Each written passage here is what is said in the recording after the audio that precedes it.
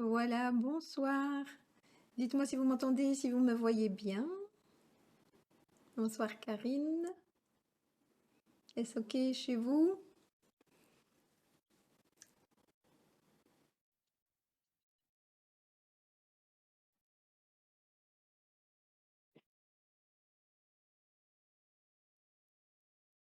Bonsoir Catherine, bonsoir Béa. Voilà, dites-moi si vous m'entendez bien, si vous me voyez bien. Si c'est OK. OK. Catherine me répond, tout est OK. Bonsoir Clara. Bonsoir Catherine. Bonsoir Mélicia. Voilà, donc comme d'habitude, je vais vous laisser donc arriver à votre rythme et nous saluer. Et donc, à la une ce soir, ben, nous allons voir si un mauvais feng shui est la cause de vos problèmes. Et donc, pendant que vous vous inscrivez, je vois David, bonsoir, il me dit que c'est aussi OK, parfait. Et donc, pendant que vous vous inscrivez, je vais rappeler donc les objectifs de l'Académie de formation en soins holistiques et développement personnel. En fait, je le rappelle à chaque fois puisque nous avons de nouvelles personnes qui participent au live. Et ce que je voulais donc insister ce soir, c'est parce qu'on me demande, tiens, on ne voit plus le programme des formations. En fait, ma méthode de travail a changé puisqu'au niveau de l'Académie de formation en soins holistiques et développement personnel, le but est vraiment d'accompagner les personnes à vivre une transformation intérieure et également à aider les thérapeutes ou futurs thérapeutes à optimiser leurs compétences et à se sentir donc légitimes à exercer la fonction de thérapeute. Et donc pour ce faire, la manière dont je procède, c'est lors d'un entretien individuel. Donc je pose des questions à la personne et je vois l'objectif qu'elle veut se fixer. Et en fonction de cet objectif, je vais déterminer le plan d'accompagnement et c'est-à-dire également les formations qui seront adéquates pour la personne. Et je peux vous assurer qu'on voit vraiment le changement. Les personnes que j'accompagne, je les vois se transformer et c'est un atout supplémentaire dans le sens que on sait d'où part la personne et on sait vers quoi elle veut arriver. Et donc à chaque formation, à chaque rencontre, j'en tiens compte. Voilà. Bonsoir Marianne.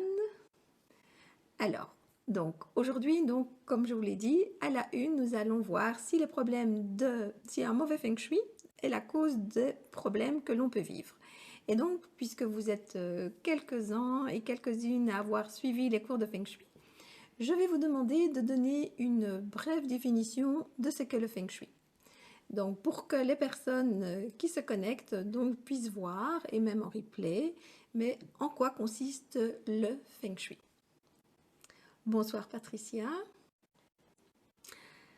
Alors, donc vous pouvez l'inscrire dans le chat. Et donc, le feng shui, c'est l'étude de la circulation de l'énergie. Cette énergie qui est présente dans notre environnement, donc qu'on appelle le qi, donc entre dans notre habitation et en fait ce feng shui va se remplir de l'énergie des 5 éléments qui ont toujours fait partie de l'environnement de l'homme. Ces 5 éléments, vous les connaissez, c'est l'eau, le feu, le bois, la terre et le métal. Et donc le feng shui a pour but d'harmoniser un habitat et donc de créer harmonie et bien-être au sein d'un habitat en tenant compte également de la polarité du yin et du yang qui vont permettre d'obtenir un équilibre. Bonsoir Patricia, bonsoir Céline, bonsoir Delphine. Donc voilà, le feng shui, son but c'est vraiment créer une harmonie, un bien-être, un équilibre au sein de l'habitat, mais donc en optimisant la circulation de l'énergie afin de permettre aux habitants de pouvoir en bénéficier à la fois au niveau bien-être, au niveau santé, au niveau prospérité, au niveau réussite, au niveau relation, au niveau créativité. Et donc, le feng shui va se baser donc sur l'orientation des énergies qui pénètrent au sein de l'habitat. C'est pourquoi les méthodes qu'il faut pratiquer, il y a 2 feng shui. Il y a le feng shui de la boussole et le feng shui des étoiles volantes. Alors, je vais commencer par le feng shui des étoiles volantes. Le feng shui des étoiles volantes, ce sont le type d'énergie qu'on va vivre pendant l'année et qui circulent au sein et autour de notre habitation. Et on doit en tenir compte parce que chaque année, les énergies changent et lorsqu'on ne tient pas compte de ces énergies, eh bien, on va commettre des erreurs. Et les énergies sont de plus en plus intenses, qu'on est de plus en plus impacté par le feng shui des étoiles volantes. Et par rapport à ce feng shui, il faut vraiment faire des corrections spécifiques. Mais vous verrez tout à l'heure un exemple concret puisque j'ai vu que Catherine nous a posé une question.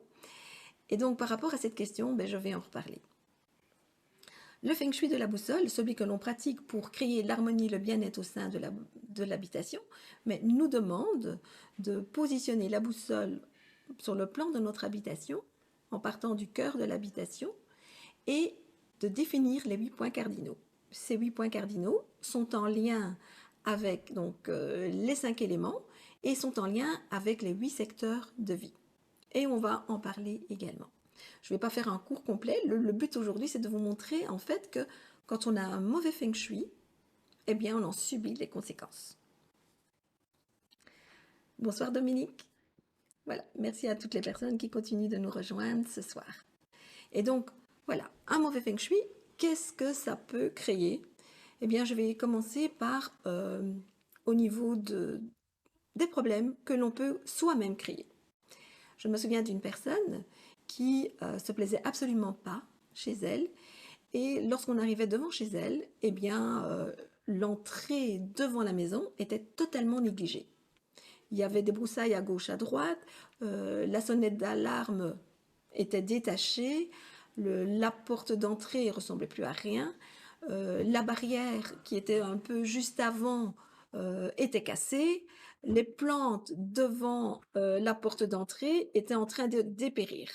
Donc l'impression que la personne avait en arrivant devant chez elle, eh bien, c'est que c'était désagréable. Mais c'est-à-dire que toutes les autres personnes qui venaient devant chez elle avaient la même sensation. Donc, ce sont des aménagements que l'on peut contrer, puisque ce genre de choses, voilà, c'est la personne a laissé dépérir les choses, mais il faut à un moment donné pouvoir réaménager de manière correcte. Alors, il faut savoir que quand le blocage est installé, la personne n'arrive plus.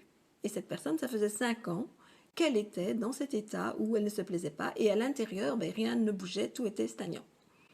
Je parle de la porte d'entrée parce que c'est vraiment la bouche de l'énergie, la chose principale, où il faut laisser entrer l'énergie dans la maison. Et pour l'inviter, il faut vraiment que tout soit harmonieux et agréable. Alors, un blocage d'énergie va causer quoi? Va causer du stress, de la difficulté, une sensation de mal-être. Je prends encore l'exemple. J'étais dans une entreprise qui fonctionnait très bien et pourtant il y avait énormément de tensions, de conflits entre le personnel et la direction. Ça répondra aussi à des questions où on me parle de conflits, de tensions au sein de familles. Eh bien, dans cette entreprise, ils avaient un vaste hall et c'est vrai que les clients avaient l'habitude de commander. Et comme les clients commandaient, on préparait les commandes et en fait, ils entreposaient tout dans le hall d'entrée. Et c'était des colis, des colis, des colis qui s'amoncelaient. Et pour finir, ce hall d'entrée était encombré. Au point que les clients comme le personnel, il fallait enjamber parfois certains colis pour arriver donc au comptoir. En fait, on ne se rend pas compte, mais tout est envoyé comme information à notre inconscient. Ça veut dire quoi? Ça veut dire aussi que parfois, nous-mêmes, dans notre hall d'entrée, peut-être que les abords sont bien aménagés à l'extérieur, mais que dans le hall d'entrée, voilà, on se dit « Ah, je dois aller porter ça à la déchetterie. Ah, je dois me débarrasser de ça. » Et on met ça dans le hall d'entrée pensant le faire, et puis ça s'accumule. Et à un moment donné, ce hall est encombré. C'est la bouche de l'énergie. Et à un moment donné, ça va créer stagnation, ça va créer confusion. Donc, il est temps donc de prendre conscience de cela. Alors, quelquefois, un problème de feng shui peut également venir par rapport, on va dire, à la structure de l'habitation, la manière dont les choses sont positionnées. C'est-à-dire que je vous ai parlé de l'énergie des 5 éléments, et donc au niveau des éléments, l'élément eau est quelque chose de très important. Si je prends l'élément eau, elle est indispensable à l'homme. Donc si on fait un petit bond au niveau de l'homme préhistorique, eh bien, il habitait toujours auprès d'un point d'eau. il résidait près d'un point d'eau puisqu'il était dépendant de cet élément eau. Donc au niveau de notre habitation, l'élément eau est aussi très important. Mais l'élément eau ne peut pas être situé n'importe où. Si au sein d'une habitation, on retrouve les sanitaires dans le secteur sud ou dans le secteur sud-ouest, on a ce qu'on appelle des cycles destructeurs. Donc que ce soit les sanitaires, la salle de bain, la douche, la buanderie, mais aussi à l'extérieur. Si on a des points d'eau dans ces secteurs-là, on a des cycles destructeurs. Un cycle destructeur, c'est quoi? Si je prends l'élément eau, qui est situé au sud, le sud étant l'énergie la plus chaleureuse et qui correspond à l'élément feu, eh bien l'élément eau, l'interaction de l'eau sur le feu, l'eau éteint le feu. Et donc ça veut dire que à un moment donné, ça va éteindre nos objectifs. Et si c'est dans le sud-ouest correspondant aux relations, eh bien là, il y aura aussi problèmes dans les relations, conflits, tensions.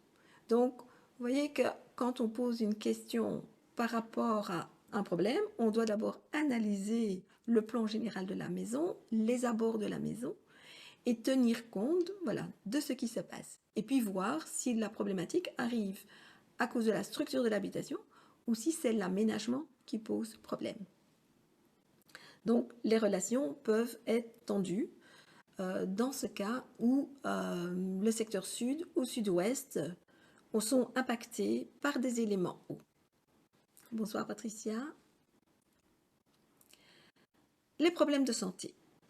Les problèmes de santé peuvent être impactés par le secteur est.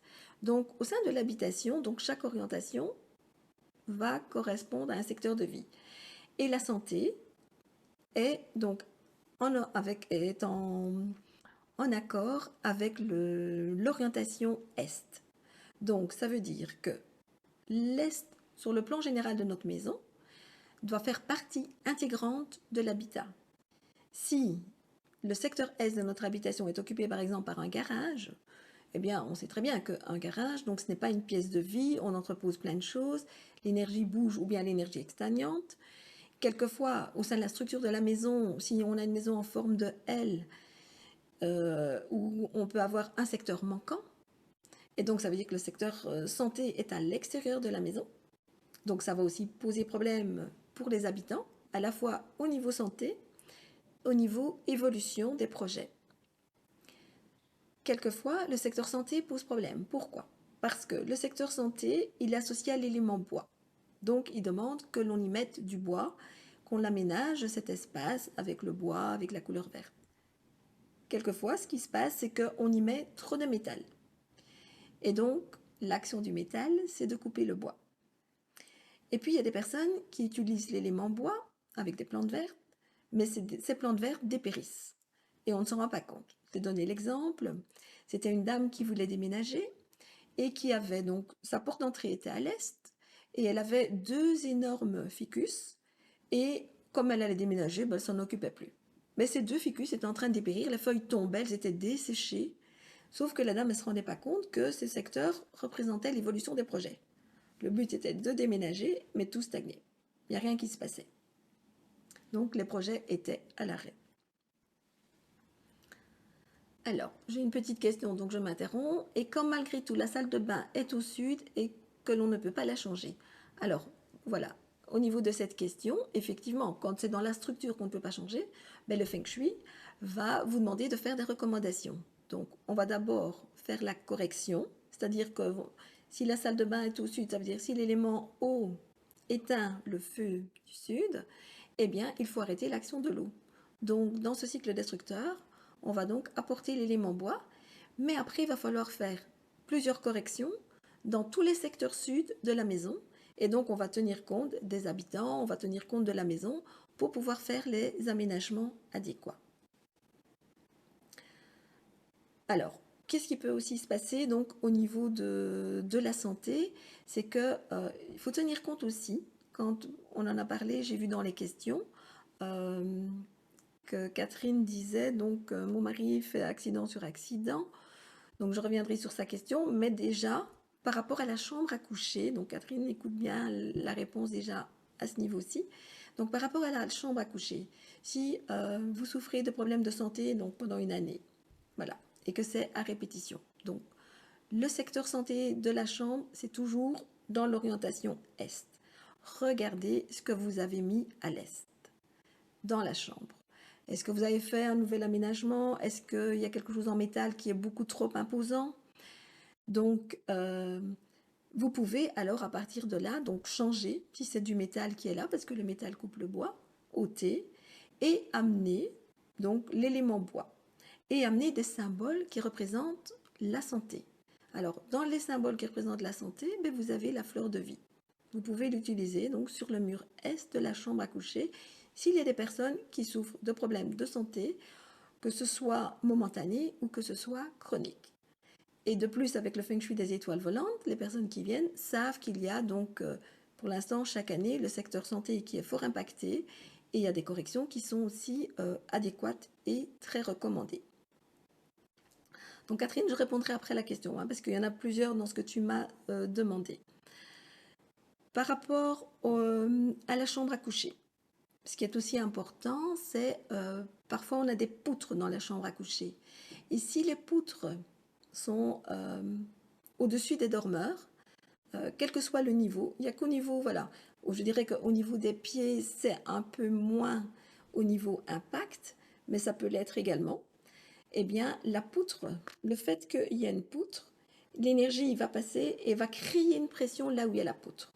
Et donc, la personne va se sentir oppressée, mais l'énergie de la personne, il faut savoir que pendant la nuit, le champ d'énergie de la personne s'expanse. Et si on a une poutre, eh bien, ça va empêcher cette expansion. Donc, ça vient écraser. Donc, dans ce cas, eh bien, il faut faire des corrections. Alors, une des corrections que l'on peut utiliser, voilà, dans le temps, les personnes utilisaient du voilage. On mettait un voile, on utilisait un voilage, donc les lits à baldaquin. Beaucoup de chambres à l'époque étaient avec des grandes poutres apparentes, mais les lits à baldaquin avaient pour but justement de protéger les personnes par rapport à cette pression d'énergie. Aujourd'hui, vous pouvez utiliser des petits attrape-rêves que vous pouvez disposer sur la poutre à différents niveaux. Et là, vous allez permettre à l'énergie donc de suivre un mouvement plutôt que de créer une pression. Donc, tenir compte également de cela. Ce qui peut aussi créer un problème de santé, c'est pour les personnes qui ont par exemple la porte qui est à proximité de la tête de lit. Donc si vous avez une porte et qu'ensuite après vous avez une fenêtre de l'autre côté. Donc il y a un courant d'énergie qui passe de la porte vers la fenêtre. Et donc pour ça, il faut protéger les personnes. Donc on peut, avec une table de chevet, avec un objet de forme ronde, et au niveau de la fenêtre, également utiliser des symboles de protection pour maintenir l'énergie dans la chambre. Alors, un autre problème qui se trouve aussi au niveau des chambres et qui est important à connaître, c'est aussi les courants électriques. Il y a des personnes qui font passer des fils électriques en dessous du lit et ça passe juste en dessous de la tête des personnes. Donc, on dort constamment avec un champ électrique. Aujourd'hui, avec le Wi-Fi, il y a des personnes qui sont de plus en plus sensibles. Donc, si on peut couper le Wi-Fi au niveau de la maison, c'est parfait. Donc, si vous avez le fil électrique qui passe en dessous du lit, changez. Donc, si vous êtes très sensible à l'électricité, ôtez donc même la prise de votre lampe de chevet. Moi, c'est mon cas. Je ne sais plus dormir avec une lampe de chevet qui est branchée. Je suis obligée à chaque fois de la déconnecter. Sinon, je souffre de maux de tête. Et le jour où je l'oublie, le lendemain, c'est sûr, je me réveille avec une barre, soit ici, soit une barre dans le cou. Donc, tenir compte aussi de cela. Et des personnes qui sont plus fragiles aussi au niveau santé, au niveau système immunitaire, le seront d'autant plus sensibles à l'énergie électrique. Parfois, il y a des personnes qui ont un problème de santé parce que ils ont changé de chambre, ou réaménagé la chambre, ou changé de lit. Et on ne se rend pas compte, on dit « Ah, mais le lit, il est confortable », sauf qu'on a peut-être pris un lit avec des ressorts, avec un sommier où il y a beaucoup plus de métal qu'avant, ou bien même toute l'armature du lit est en métal, et donc ça va aussi créer problème de santé. Et donc là, il y a des personnes qui vont dire « Oula !» on a payé ce lit bien cher, on ne va pas pouvoir le changer. Alors, ça, il faut toujours voir. Mais dans un premier temps, les personnes peuvent faire des corrections. Alors, une des corrections, par rapport au champ électrique, par rapport aux personnes sensibles, utiliser une plaque de liège. Bonjour Valérie. Oui, c'est vrai, tu m'as dit que tu étais en congé. Merci d'être là. Donc voilà, pour la santé, c'est très important. Donc je disais, donc si voilà, on a un lit avec armature métallique, etc., et qu'on est hypersensible et qu'on ne peut pas, à un moment donné, il faut prendre une décision, se défaire de ce lit s'il le faut. Alors, le désordre. Le désordre, effectivement. Donc, quand vous entrez dans une pièce où il y a du désordre, il faut savoir que l'énergie, quand elle passe, eh bien, elle va capter tout ce qu'il y a sur son passage. Donc, elle va capter également ce désordre qui crée une stagnation d'énergie, qui crée une lourdeur. Mais ça empêche les personnes de pouvoir se concentrer. Quand je vais dans la chambre des adolescents, eh bien, les adolescents où la chambre est bien rangée, eh bien, on voit tout de suite qu'ils sont beaucoup plus concentrés, beaucoup plus actifs. Et dans la chambre où c'est en désordre, ben, ils ne savent pas étudier. Donc, ils vont aller squatter la table de la salle à manger, ils vont aller squatter le salon, vont venir dans la cuisine. Pour eux, c'est impossible d'étudier dans leur chambre où il y a du désordre. Et puis même, parfois, ils mettent du désordre dans leur chambre et ils étudient sur leur lit parce que c'est le seul endroit où il n'y a pas de désordre. Pour les jeunes, il y a eu la mode avec les lits en hauteur et le bureau juste en dessous. Eh bien, sachez, les personnes croyaient gagner de l'espace et en fait, le bureau qui se trouve en dessous du lit, eh bien, il ne va pas être utilisé par l'adolescent. Ce qu'il va faire, c'est qu'il va l'utiliser et il va mettre plein de choses dessus parce qu'il est incapable d'étudier à cause du lit qui lui crée une pression d'énergie. Donc, ce lit est anti-feng shui. Alors, on peut également, donc, un mauvais feng shui peut également créer des pertes financières ou nous faire rater des opportunités. Il y a plusieurs raisons pour ça. Déjà, par rapport à la porte d'entrée principale, je vous ai dit que c'était la bouche de l'énergie. L'énergie rentre. Et si de l'autre côté, il y a une fenêtre, eh bien, l'énergie rentre et ressort aussitôt. Vous pouvez avoir votre hall d'entrée, puis par exemple avoir la cuisine et justement une fenêtre. L'énergie rentre d'un côté, elle sort de l'autre. Ce qu'il va falloir faire, c'est conserver l'énergie. Donc là, on va jouer avec des miroirs, on va jouer avec des prismes, donc les boules à facettes en cristal, qui vont permettre de conserver l'énergie donc au sein de chacune des pièces. Une autre raison pour laquelle on peut avoir aussi des pertes d'énergie, c'est les personnes qui laissent toujours la porte des toilettes ouverte. Il faut savoir que en Feng Shui, c'est tabou. C'est-à-dire que l'énergie qu'il y a dans les toilettes est une énergie qu'on appelle très yin-yin, donc qui ne génère pas de l'énergie, et au contraire qui prend la bonne énergie. Et donc, laisser la porte des toilettes ouverte, la lunette des WC ouverte, mais c'est comme si vous jetez votre argent par les fenêtres. Donc, prenez conscience, fermez bien les lunettes de vos toilettes et fermez surtout bien la porte des WC. Et je me souviens très bien de mon amie Juliette, qui au départ, comme elle avait deux petites filles, il y en avait une qui laissait constamment la porte des WC ouverte avec la lunette des WC ouverte. Et en fait, on rentrait dans son hall d'entrée et il y avait donc cette porte qui était grande ouverte qui bouffait toute l'énergie. À partir du moment où Juliette, elle a entendu parler de Feng Shui et que je lui ai expliqué ce qui se passait et qu'elle a toujours bien gardé cette porte fermée, eh bien, elle et son mari, ils ont vraiment vu un changement au niveau promotionnel, au niveau de leur travail. Qu'est-ce qu'on peut... Ah, encore quelque chose que l'on fait aussi comme erreur au niveau du hall d'entrée. Il y a des personnes qui ont un magnifique miroir et on a envie de le positionner dans le hall d'entrée en disant, ben oui, parce que comme ça, quand on sort, on se voit. Si le miroir est positionné face à la porte d'entrée, il faut savoir qu'il renvoie toute l'énergie vers l'extérieur. Donc, perte d'énergie pour l'ensemble de l'habitation. Donc, le miroir doit être repositionné de manière adéquate dans le hall d'entrée. Alors, il y a quelque chose qui a été à la mode et qui est encore un peu à la mode, ce sont les cactus et les yuccas.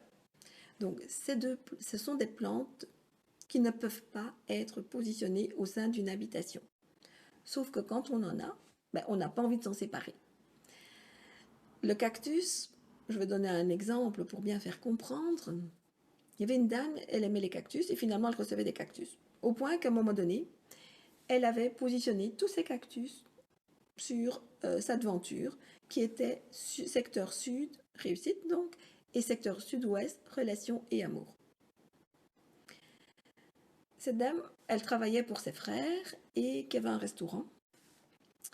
Et ce qui se passait, c'est qu'au fur et à mesure que l'énergie des cactus s'imprégnait bien dans sa salle à manger et dans son hall d'entrée, les relations commençaient à être tendues avec les frères. Au point que finalement, pour le restaurant, elle n'était plus conviée à venir travailler. Son mari avait perdu le travail, ils avaient fini par vendre leurs meubles de la salle à manger en espérant que les jours meilleurs allaient arriver, et là ils se retrouvaient vraiment presque sous les carreaux. Donc la dame m'a fait venir, voilà, en dernier recours, mais directement quand je suis rentrée chez elle, son hall d'entrée était vide, mais vide. Donc sa salle à manger était vide, parce qu'elle avait espéré pouvoir acheter des meubles, mais ce n'était pas le cas. Et les cactus trônaient, avaient pris de l'ampleur. Donc quand je lui ai dit, elle me dit, oh, mais je ne veux pas m'en séparer. Et donc il faut savoir que voilà, le cactus dégage une énergie urticante. Et donc j'ai proposé d'aller le mettre dans sa buanderie, qui était dans le secteur nord-est. Donc si vous aussi, vous avez des cactus ou des yuccas, eh bien, positionnez-les plutôt dans le secteur nord-est. C'est là où il ne faut pas causer de problème. On peut également les mettre dans des WC s'ils sont situés dans le secteur nord-est. Mais n'allez pas les mettre surtout dans un secteur sud ou dans un secteur sud-ouest. Là, c'est vraiment créer des problèmes à la fois dans les relations et dans la réussite des projets. Alors, je viens un petit peu avec l'exemple de cette femme. Et donc, qu'est-ce qu'on a fait pour elle? Donc, on a enlevé tous les cactus et elle avait gardé les jouets de ses enfants. Il y avait une dinette, il y avait voilà, plein de jouets, de petites voitures électriques. Et donc, j'ai dit, faites de la salle à manger, du living, un espace de vie. Donc, permettez aux enfants d'aller jouer là pour que l'énergie revienne. Et il n'a pas fallu longtemps pour que ses frères la rappellent et elle a eu de nouveau du travail. Après, ça a été le cas de son mari. Alors, donc vous voyez très bien qu'un sentiment de malaise peut provenir d'un mauvais environnement feng shui. Mais donc, ça veut dire que si un mauvais environnement crée un mauvais feng shui, un bon environnement feng shui apporte une sensation de bien-être, d'harmonie et d'équilibre. Et ça va favoriser à la fois la santé et la prospérité. Donc, le but du feng shui, c'est de faire en sorte que l'habitation ressemble aux objectifs de la personne. C'est tenir compte à la fois de l'esthétique de la personne, de ses goûts, et de l'orienter pour optimiser à la fois l'espace et optimiser l'aménagement de l'habitation et de choisir les symboles en adéquation avec la personne. On n'est pas obligé, lorsque l'on fait le feng shui, d'utiliser des symboles chinois pour aménager, sauf dans certains cas, donc avec le feng shui des étoiles volantes, où c'est recommandé. Quand quelqu'un vit galère sur galère, à un moment donné, il teste et s'il voit qu'en fait, voilà, on utilise un symbole chinois parce qu'il n'y en a pas d'autres similaires et que ça porte ses fruits, eh bien à ce moment-là, on est convaincu. Donc, l'énergie est source de santé, elle est source de vitalité, elle est source de réussite. Donc, à nous vraiment d'en prendre conscience. Alors, j'aimerais que dans les commentaires, vous pouvez peut-être témoigner, vous aussi qui avez pratiqué du feng shui. Donc, un problème que vous avez connu avant et comment le feng shui a pu le résoudre. Ça permet donc de partager, de faire comprendre aux personnes que oui, le feng shui a une action. Alors ici, je vois une question, donc David, et quand on n'a pas de hall d'entrée, chez moi, on rentre directement dans la salle à manger, que faire? Voilà, en fait, le hall d'entrée, il représente en fait un sas, une zone tampon. Quand on a un hall d'entrée, on a une zone tampon. Donc ça veut dire que l'énergie qui vient de l'extérieur a le temps de se poser dans le hall d'entrée. Par contre, quand il n'y a pas de hall d'entrée et que voilà, l'habitation donne directement sur la rue, mais ça veut dire qu'on ramasse, quand la porte d'entrée s'ouvre, la porte principale de la maison, puisque ce n'est pas la porte du hall d'entrée, la porte principale de la maison s'ouvre, ben, on ramasse directement l'énergie de l'extérieur. Donc, il faut que ce soit aussi convivial et il faut donc, au niveau de cette porte principale, temporiser l'énergie qui vient. Donc là, le but, c'est vraiment temporiser avec un mobile, un carillon et des symboles adéquats pour que lorsqu'on rentre dans cette salle à manger, directement, le regard, on va dire, le regard se pose sur quelque chose qui nous ressource. Donc, bien prendre conscience de ça. Notre hall d'entrée est l'endroit où se pose. Et si on ne peut pas, qu'on rentre directement dans une pièce de vie, donc ici en l'occurrence, David me dit une salle à manger, eh bien, dès qu'on franchit la porte, il faut que les yeux se posent sur quelque chose qui va ressourcer, qui va dynamiser, qui va donner de l'élan. C'est important. Donc, un bon feng shui permet de réduire le stress. Quand on rentre chez soi, voilà, si on se sent accueilli, mais ça fait du bien. On peut arriver avec plein de problèmes, on était en voiture, on y pense encore par rapport à ce qui s'est passé au boulot, au niveau professionnel, et puis on rentre chez soi, on a créé un espace cocoon, on rentre, on se sent accueilli, ouf, on peut poser ce qui s'est passé pendant la journée. Donc, d'où l'importance de créer un espace de zénitude. Ben, regardez, quand vous allez dans un centre de bien-être, dans un spa, ben, automatiquement, vous sentez que vos énergies peuvent s'expanser. Vous sentez vraiment qu'il y a quelque chose qui vous calme de l'intérieur. Je prends encore l'exemple. Hier, j'ai eu une dame qui est venue faire un soin et directement, elle dit, mais moi, c'est l'endroit m'a calmé, la musique m'a calmé, votre voix m'a calmé. Ben déjà, elle dit, c'est déjà 3 critères qui font que, waouh, ce stress, cet énervement, ben, il diminue, il retombe, il retombe, il retombe. Donc, pensez chez vous aussi à créer un endroit qui soit en adéquation avec ce que vous avez envie de vivre et de ressentir. Donc, un bon feng shui va aussi stimuler votre créativité. Nous avons le secteur ouest qui représente la créativité. Donc voilà. Et la créativité, ben, elle est source aussi de bien-être. Pourquoi? Parce que c'est une façon, quand on est créatif, c'est une façon d'abandonner les soucis. C'est une façon aussi de couper le mental. Hein. Pour les personnes qui sont très dans le mental, quand on est créatif, eh bien, voilà, on se laisse aller à sa créativité et du coup, ce n'est pas la même partie du cerveau qui travaille. Parce que le mental, quand il bosse, ben voilà, il emmène, il emmène. Alors que quand on est créatif, voilà, on se laisse aller, on suit son intuition. Donc la créativité est importante. Donc le secteur ouest de votre maison ou le secteur ouest de votre bureau ou de votre living a beaucoup d'importance. Donc aménagez-le avec des symboles en lien avec la créativité ou avec ce que vous avez envie de développer comme créativité. Je vais juste donner un exemple. Une dame chez qui j'avais été faire le feng shui voulait développer donc la peinture. Et donc dans son secteur ouest, ben, venir mettre un chevalet, venir mettre déjà des pinceaux, ben, lui a permis donc l'année d'après d'aller s'inscrire, suivre des cours et finalement de voir qu'elle est assez douée dans ce domaine-là. Alors Catherine, lorsque j'avais une terrasse dans mon secteur sud-ouest, secteur manquant par rapport à ma maison, avant les transformations, mon mari a décidé de mettre les poubelles dans ce secteur. Je n'ai eu que des ennuis, donc j'ai fait des pieds et des mains pour qu'ils remettent les poubelles dans une zone extérieure à la maison. Effectivement, voilà. Les 2 secteurs, enfin, je veux dire qu'il y a 3 secteurs qui sont très très importants. Le secteur Est, puisqu'il correspond à la santé. Le secteur Sud, parce qu'il correspond à la réussite. Le secteur Sud-Ouest, parce qu'il correspond à l'amour et les relations, c'est-à-dire l'équilibre avec le monde extérieur.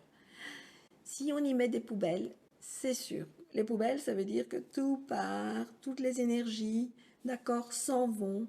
Et donc, on ne conserve que la mauvaise énergie. Donc, Catherine, tu as bien fait de faire des mains et des pieds et de faire bouger ces poubelles. Et tu as vu le résultat. Alors, autre Catherine. Donc, achat maison pour ma fille, j'ai mis les documents enroulés d'un ruban rouge dans le secteur sud. Tout se passait bien, mais pour une raison, j'ai enlevé précipitamment les documents et les documents ont été perdus avant de passer chez le notaire. Du coup, je dois réouvrir un peu. Du coup, je me suis empressée de les remettre et l'achat a été conclu. Voilà. Donc, effectivement, donc ne pas oublier que notre intention est importante.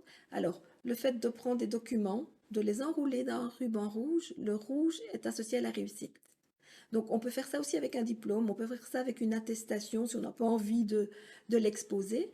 Et là, quand il y a quelque chose de très important, vous pouvez l'enrouler d'un ruban rouge. D'ailleurs, regardez un peu, si vous regardez tous les événements importants en Chine ou dans le folklore chinois, il y a toujours des rubans rouges. Signe, symbole de réussite. Et lorsque Catherine, tu l'as enlevé, eh bien, c'est fou, voilà. Hein, on peut le dire, hein, c'est vraiment incroyable.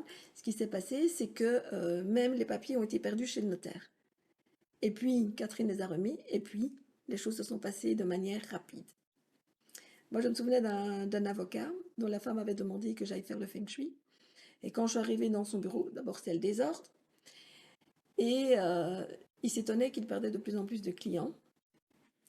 Et en fait, à un moment donné, je lui dis, écoutez, si on veut relancer votre notoriété, on va mettre vos diplômes dans le secteur sud. Il dit, 20 ans de carrière, j'ai plus envie d'afficher mon diplôme. Je dis, non, on va simplement le prendre et on va l'enrouler. Donc, on va le mettre sur une étagère et l'enrouler avec un ruban rouge. Vous savez où étaient les diplômes? En dessous d'un meuble, à terre, à même le sol. Donc, après ça, il s'étonnait de sa notoriété qui était en décadence, on va dire. Voilà, donc n'hésitez pas donc à témoigner comme avec Catherine et Catherine, merci.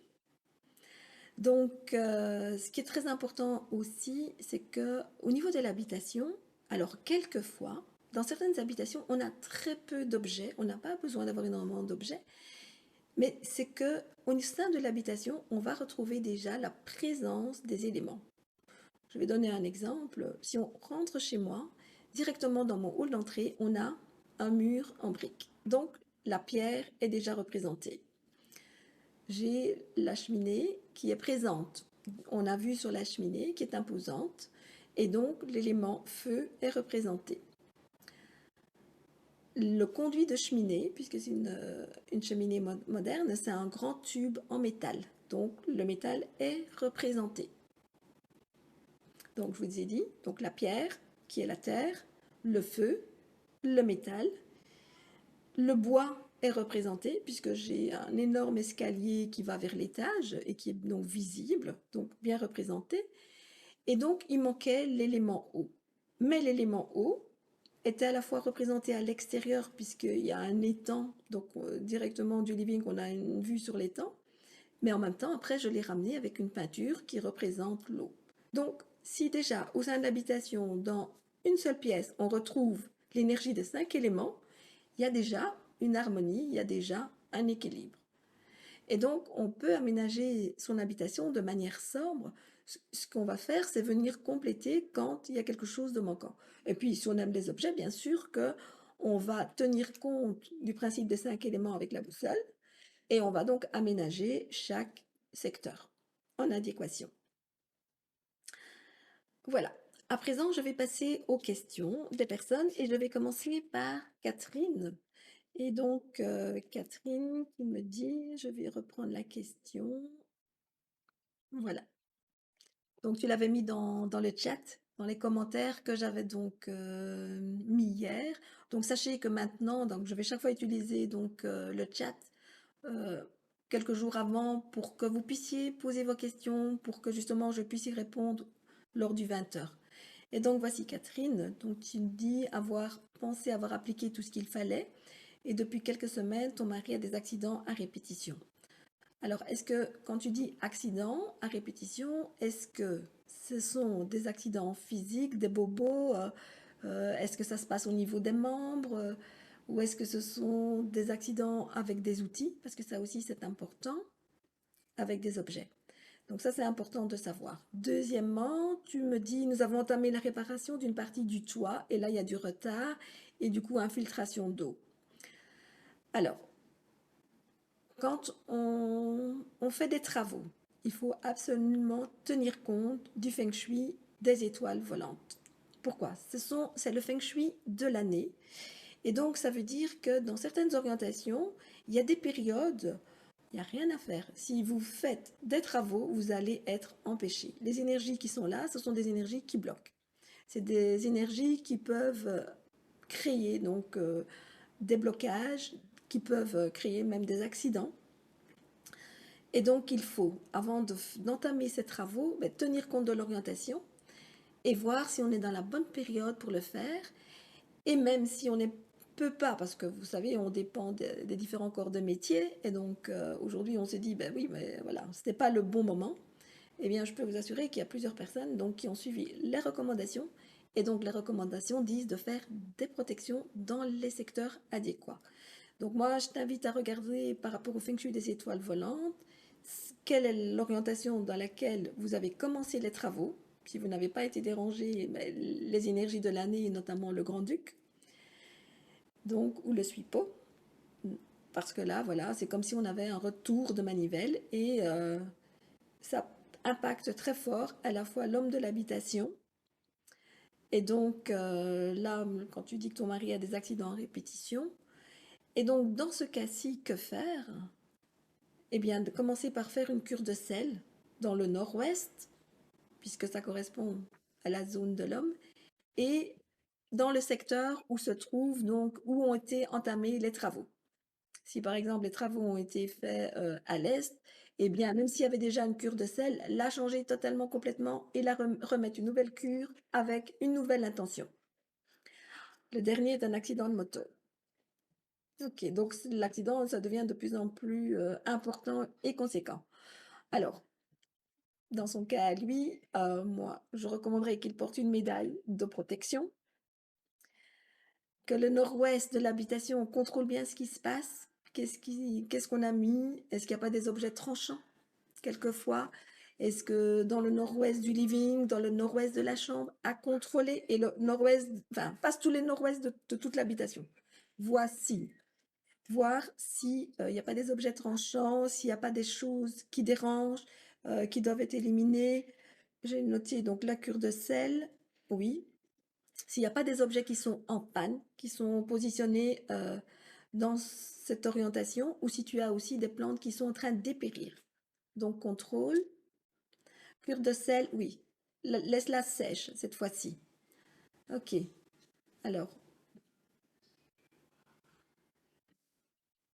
d'accord. Ok, donc oui, la médaille de Métatron. Je ne l'ai pas sur moi aujourd'hui. Si, elle est sur moi, mais bon, en dessous de moi. D'accord. Voilà. Euh, mais la médaille de Métatron, absolument. C'est vraiment le symbole adéquat cette année. Et là, écoute, si les accidents se multiplient, il est temps qu'ils fassent quelque chose, hein, pour ne pas que ce soit beaucoup plus grave. Ok? Donc voilà. Par rapport à tes questions, donc j'ai répondu. J'ai Catherine qui m'a posé, l'autre Catherine qui m'a posé une question. Ok, avec plaisir Catherine. Donc Catherine me dit, j'ai transformé mon ancienne salle à manger en salle de billard. Je n'ai aucune idée pour choisir le cadre que j'aimerais mettre sur le mur côté nord. Ma pièce est dans la partie nord de la maison. As-tu des idées? Donc, question supplémentaire, est-ce que ça va avoir un impact sur mes projets, vu qu'il va y avoir du mouvement dans la pièce? Eh bien oui, puisqu'en plus, donc, comme c'est la pièce qui est au nord, elle correspond vraiment à la zone carrière-projet de l'habitation, et donc elle va avoir un impact pour toutes les personnes de la maison. Comme il va y avoir du mouvement, elle va créer une énergie d'évolution, donc ça c'est important.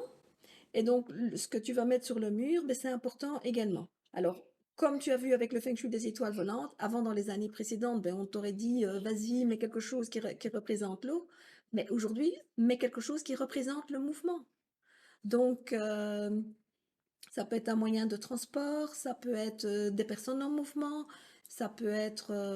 et en fait, c'est difficile de te guider comme ça parce qu'il faut qu'il y ait une harmonie avec le reste, je dirais, de l'aménagement de la pièce. Mais comme symbolique, voilà, va vers quelque chose qui symbolise le mouvement. Ça, c'est hyper important. que ce soit sous forme d'objets, que ce soit sous forme de personnes, que ce soit par exemple des danseurs, que ce soit de la musique, voilà, quelque chose qui symbolise le mouvement. Ça peut être des oiseaux en plein vol, etc.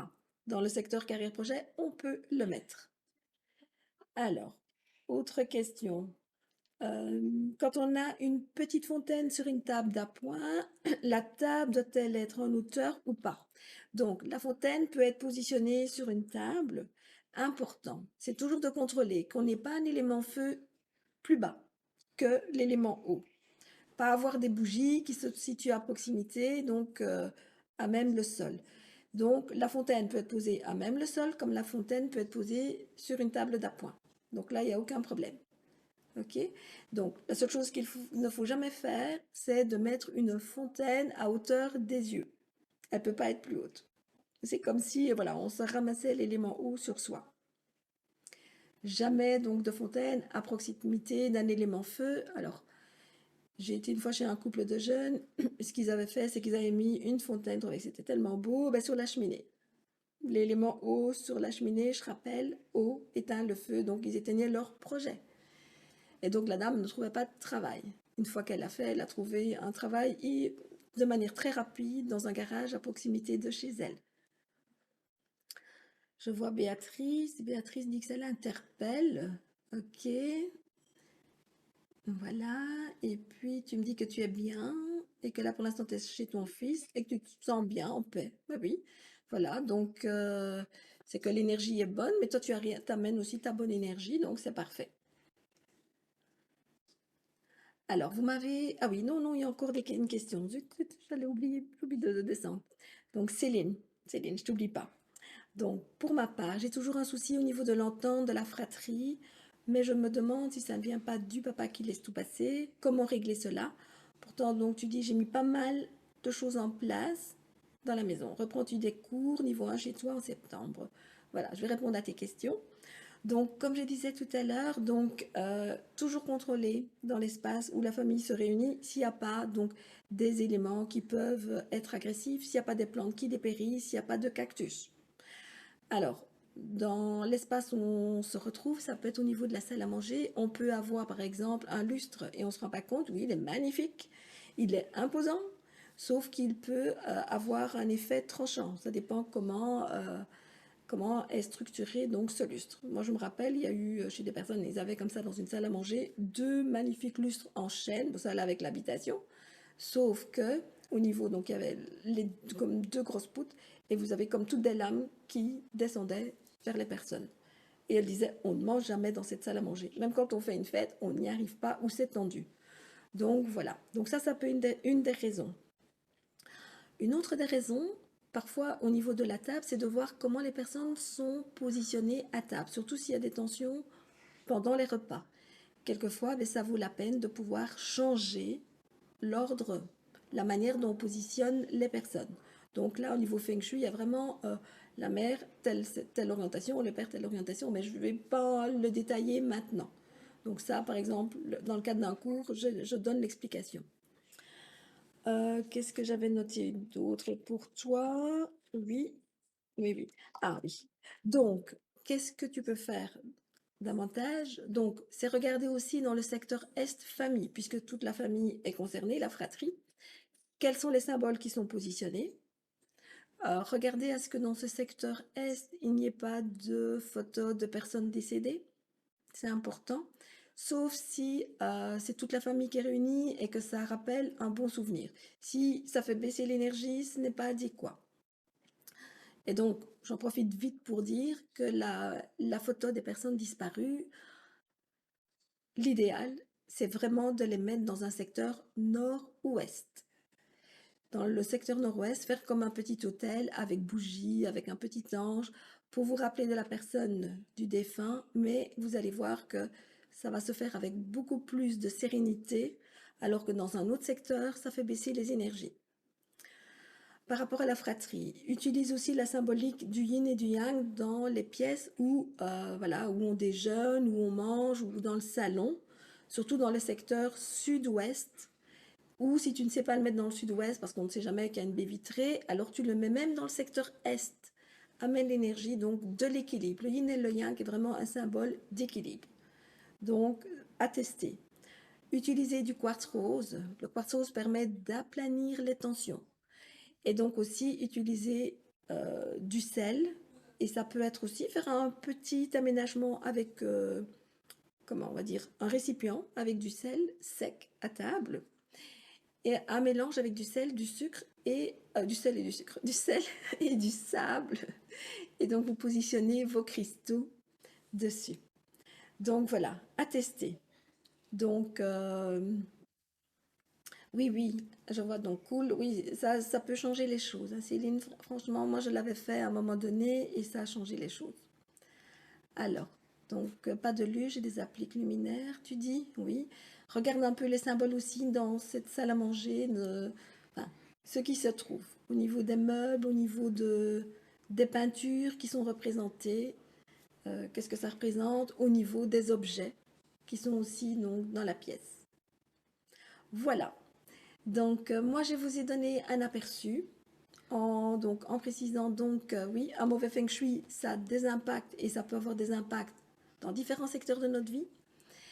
Un bon feng shui, ben, ça optimise vos chances de réussite, d'abondance, d'amour, de relations, de prospérité et de promotion au travail, de gains financiers, mais aussi d'aide extérieure.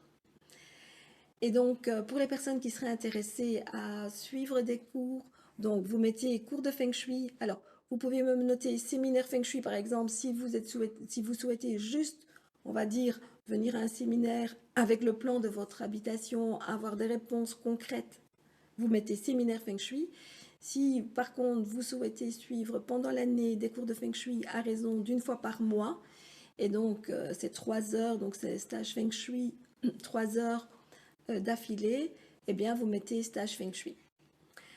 Et je vous rappelle encore un événement important qui aura lieu donc début décembre au temple tibétain à Florène, donc et qui va concerner donc les familles d'âmes et nous permettre également de comprendre quelle est notre mission d'âme. Ça permet vraiment à se sentir donc sur son chemin de vie. Voilà, moi je vous remercie de votre présence, de votre participation et je remercie également déjà toutes les personnes qui regarderont en replay parce que je sais que c'est la période de vacances et donc voilà, les personnes n'ont pas la possibilité d'être avec nous ce soir. La semaine prochaine, je vous parlerai des petits rituels que l'on peut faire le matin pour nous booster en énergie. Ou bien quand on n'a pas le moral, quand on a le moral dans les chaussettes, que faire? Voilà, bonne soirée à tous et à bientôt.